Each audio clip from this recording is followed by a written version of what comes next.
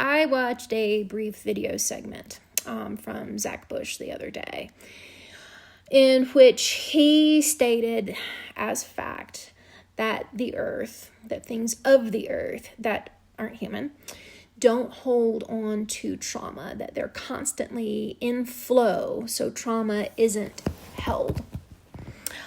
He was apparently trying to explain that holding on to trauma is only a human thing, not a nature thing. Mr. Bush is wrong.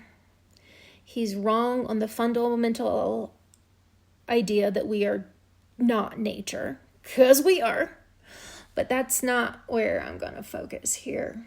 Here, I'm only going to focus on the idea that the earth and the things of the earth absolutely hold energy, and that it is both of exquisite, tactile, tangible pain, and its diametric opposite, exquisite, tangible, damn near tactile peace, and everything in between. All things are energy. All things hold energy. All things have some form of stasis that informs their health, and they react accordingly to things that counter or damage that health. All things are impacted by changes within their environment, internal, external, both. And all things express that impact in different ways. The earth, and those things of the earth, or of the ground, let's say, or somehow attached to it, absolutely hold energy. It's how we know when we are on hallowed ground. It's how we know when we have walked onto or in the midst of sacred space. It's how we know where atrocities like mass murder have occurred, even when we don't know that they have occurred there, because the ground is expressing it. One can't not feel it when at Auschwitz. One cannot not feel it at the Wailing Wall, where prayers are not just held in paper between the stone, but within the stone itself. At Avebury and Pompeii and massacre sites and individual graves of those left behind, and not just humans. This is not just a human thing, where there have been mass die-offs of all kinds. Elephants, whales, birds, antelope, bees. Even when there are no obvious remains visible, the trauma is felt. Moving things, moving beings hold the trauma as well. The waters of Rwanda's Kagera and Nyabarongo rivers move. They move constantly while simultaneously holding the energy that I call lamentation and seek release. Because you can't see the blood doesn't mean that what was held within the blood has been washed away. It is held. It's held in place. It's held as a placeholder. It's held as prayer for remembrance and repair and more.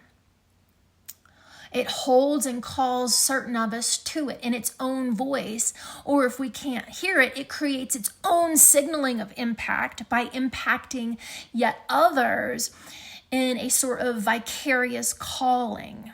When it causes disease, when things have been so out of balance or balance hasn't been returned by those who destroyed it. For instance, everywhere the nodding syndrome shows up in the world, everywhere,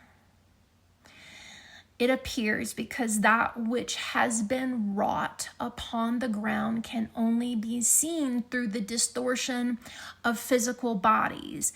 And that distortion is the ground's call for its healing, because the ground knows that it is not separate from us. It knows it is us. It doesn't know boundary. It knows that if we can see the damage, we can fix it. We can repair it. The ground knows what it needs, and it will express it in every way. And it knows that it is us, it is in us, and we are of it. Places hold stillness and its opposite. Places hold peace and joy and grief and pain and lostness and more. It's why the Vietnam Veterans Memorial emits grief and evokes the sanctity of relationships. It's why all cathedrals of trees, of carved stone, of buttresses and bridges and wide open vistas bring ideas of God and awe and humility and grandeur and relief and peace and heaviness. Things of the ground hold prayer for reasons that we don't know, can't know, won't know until we're told. And once you know, you can't unknow. And once you've been told, you cannot refuse to hear. The wind carries and holds. Stone carries and holds. Sands carry and hold. Birds carry and hold. The waters carry and hold. It's how I know where single and mass graves of the disappeared are. It's how I've known where to sit in silence and to sit and sing to bring something alive again.